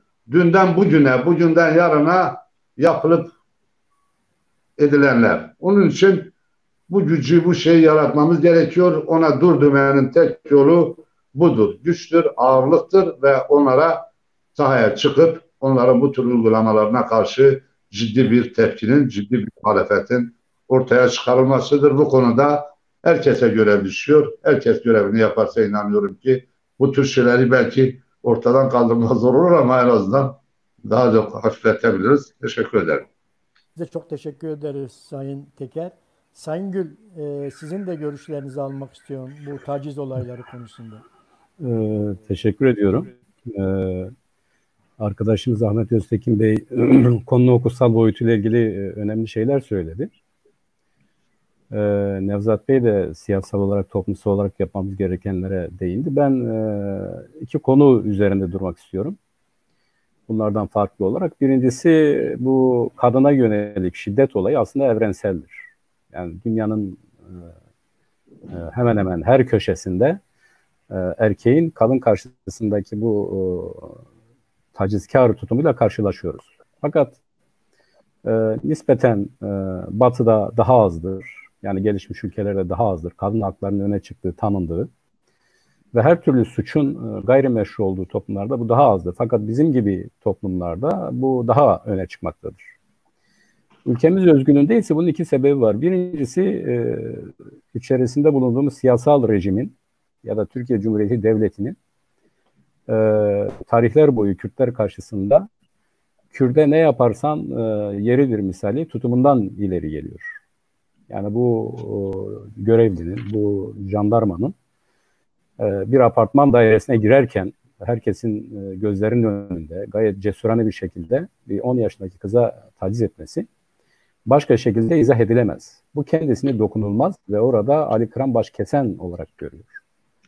Bunun nedeni devlet görevlisi olmasıdır ve sadece devlet görevlisi olmasıyla alakalı değildir. Aynı zamanda uygulamalarda kamuoyuna yansımayan birçok örneği vardır bunun. Bu örneklerden hareketle söz konusu kişi kendisini bu tip bir tacizde bulunursa başına herhangi bir şey gelmeyeceği konusunda rahat hissediyor ve yapıyor. Bu bütünüyle siyasaldır. Kürt'e reva görülen muameledir.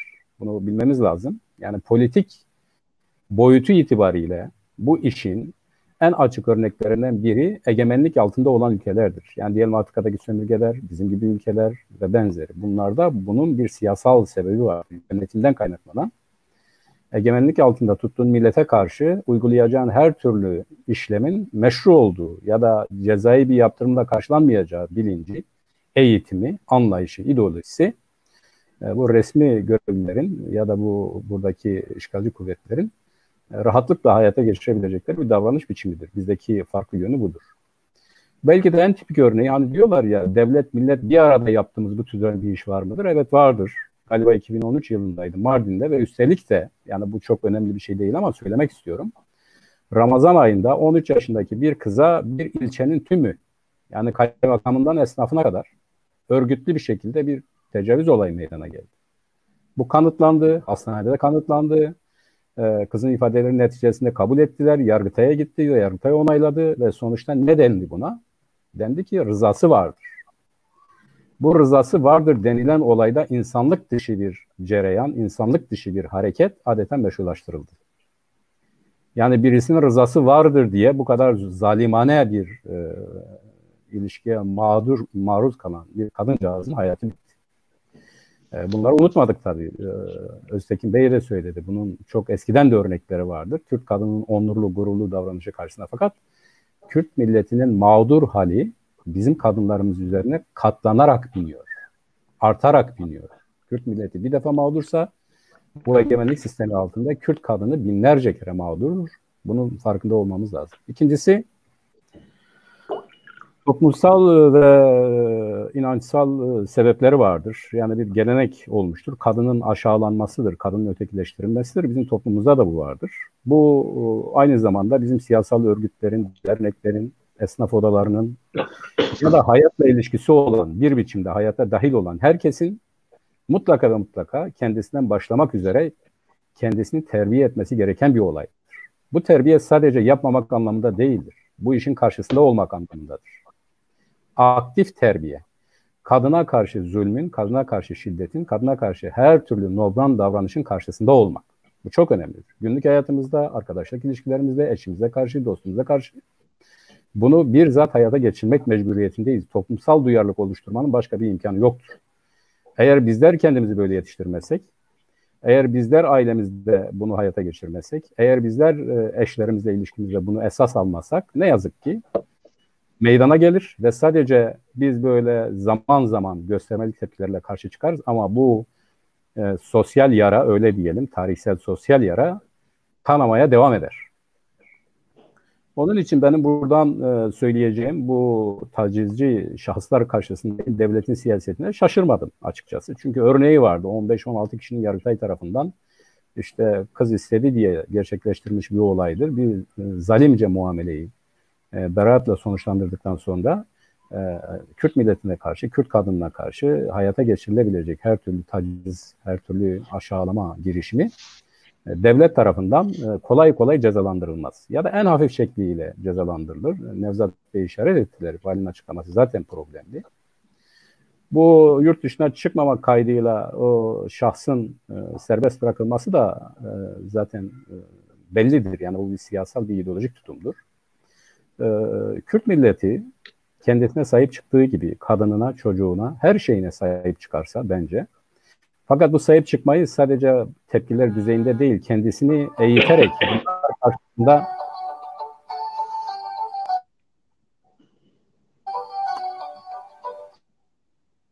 karşısında aktif tutum alarak, eğitim budur. Yani duruş budur.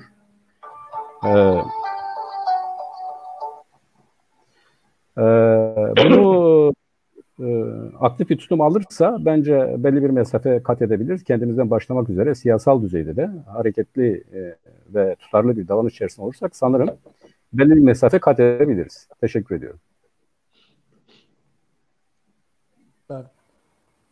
Ben Sayın Ahmet Bey'den biraz da barolardaki son gelişmelerle ilgili Batman'da nasıl görülüyor, nasıl bakıyorlar bu barolardaki olaylara? Çok kısa olarak Ahmet Bey'in bu konudaki görüşlerini almak istiyorum. Teşekkür ederim. Tabii özellikle kısa deyince biraz da özetlemem gerekir herhalde. Şimdi şunu söyleyeyim. Her mesleğin kendine özgü bazı özellikleri var. Ben somut bir örnek vereyim. Örneğin biz herhangi birimiz dışarıda bir trafik kazası geçiren birisiyle karşılaştığımızda gidip baktığımızda bakıyoruz ki sevmediğimiz bir kişidir. O kişiye yardım etme noktasında bizim hukuki bir sorumluluğumuz yok veya ahlaki bir sorumluluğumuz da yok. Çünkü sevmediğimiz biri. Ama biz eğer tıp mesleğini, doktorluğu yapıyorsak doktor orada sevmediği birisi bile olsa onu tedavi etmek zorundadır. Buradan şuraya geliyor. Avukatlık mesleği de aslında kendine özgü bazı özellikleri var. Bunların başında da savunma hakkıdır. Biraz önce bahsettiğimiz bu menfur olan sanıkların dahi savunma hakkını savunuyor avukatlık mesleği. Dolayısıyla bir özelliği var. Diğer bir husus da gerek uluslararası sözleşmeler, gerek şu andaki Türkiye'deki yasalar ve kamuoyunun beklentisi doğrultusunda aslında avukatlara insan haklarını koruma ve kollama görevi yüklenilmiştir. Bu görev ve sorumluluğu vardır avukatın. Diğer mesleklerde yoktur. Örneğin bir tabipler odası insan haklarına duyarlı olmak zorunda değildir. Ha varsa bir hassasiyeti ekstradan iyi kabul edilebilir ve takdir edilebilir bir husus veya mühendisler odasının böyle bir sorumluluğu yok. Yalnız avukatlık mesleği bunu gerektiriyor. Siz insan haklarını koruma ve kollamakla görevlisiniz. Kanun, yasa bize bu görevi veriyor. Şimdi böyle olduğu zaman ister istemez insan haklarına aykırı, demokrasiye aykırı düzenlemelere ve uygulamalara karşı avukatlar ve onların meslek örgütleri olan barolar tarafından sürekli bir tepki ortaya konuluyor. Bu tepki bir siyasal partinin veya bir sivil toplum kuruluşunun tepkisi değil. Bir siyasal partinin özellikle altını çizmek istiyorum. Siyasal partilerin, muhalif partilerin yaptığı bir muhalefet değildir baroların yaptığı bu muhalefet. Yalnız iktidar bunu böyle anlamıyor. Bütün kesimleri susturmuşken baroların sürekli itiraz etmelerini kendi içine sindiremiyor. Ben bunları da bir dizayn edeyim, bunlara da bir biat ettireyim anlayışıyla bu yeni düzenlemeye gittiğini düşünüyorum. Ama diğer yönden de baktığımız zaman biraz önce belirttiğim gibi avukatların insan haklarını koruma ve kollama gibi bir görevleri vardır. Dolayısıyla kolay kolay sadece şu mevcut iktidar için söylemiyorum. Hiçbir güç odağına karşı boyun eğmemeleri gerekir. O tarafsızlıklarını, bağımsızlıklarını korumalar gerekir. Şimdi hal böyle olunca özellikle bu Ankara Barosu'yla Diyanet İşleri Başkanlığı arasındaki malum tartışmadan sonra daha önce aslında düşünülen ama bir türlü uygulamaya konulmayan bu kanun yasa tasarısı hemen geldi ve bir iki hafta içerisinde de yasallaştı. Şu anda yasa yürürlüğe girmiş durumda. Dolayısıyla bizim avukatların yürüyüşleri bir sonuç vermedi. Meclisin önünde nöbet tutmaları bir sonuç vermedi. Ve bu yasallaştı. Şimdi bu yasa iki hususu beraberinde getiriyor. Bir husus üzerinde çok konuşuldu. Ben onun tekrarına girmek istemiyorum. Bu çoklu baro hususu üzerinde çok konuşuldu. Eğer iki baro olursa, örneğin özellikle sayısı 5000'den daha fazla olan barolarda 2000 avukat yeni bir baro kurabilir. Bu baro yeni bir adla anılmayacak, numara alacak. Örneğin İstanbul İkinoğlu barosu şeklinde bir numara alacak. Bunun üzerinde çok konuşuldu. Eğer böyle bir yol açılırsa aynı zamanda kamu hizmeti olan avukatlık mesleği tamamen biraz önce bahsettiğim tarafgir olmak zorunda kalacak, iktidara yanaşmak zorunda olacak, ayrışacak ve bu da avukatlık mesleğine vurulan en büyük darbe olacak. Tabii savunmanın zayıf kaldığı, savunmanın güçsüz olduğu bir durumda da adil yargılamadan bahsetmek mümkün değildir. Adaletin tesisinden bahsetmek mümkün değildir.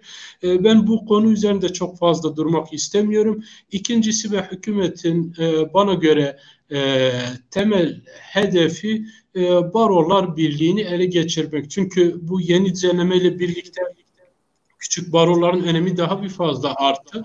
Yani biz her ne kadar mevcut düzenlemeye biz itiraz edersek de aslında örneğin bir Batman Barosu, bir Şırnak Barosu, Ağrı Barosu, Bitlis Barosu olarak bu bizim önümüzdeki dönemde Türkiye Barolar Birliği'ndeki delegeli temsiliyet oranımızı daha bir arttırdı.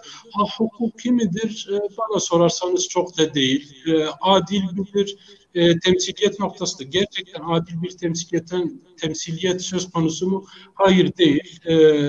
Ama düzenleme istesek de istemesek de Batman Barosu'nun ve küçük baroların lehine. Bu anlamda yani sevinmiyoruz. Yalnız bunun da görülmesi gerekir bizim barolar tarafından. Çok teşekkür ederim katkılarınız için. Sevgili Çarpel Medya izleyicileri, Bakür'de gelişen haftalık olayları uzman konuklarımla değerlendirmeye çalıştık. İzlediğiniz için hepinize teşekkür ediyorum. Bütün konuklarıma teşekkür ediyorum. İyi hafta sonları diliyorum.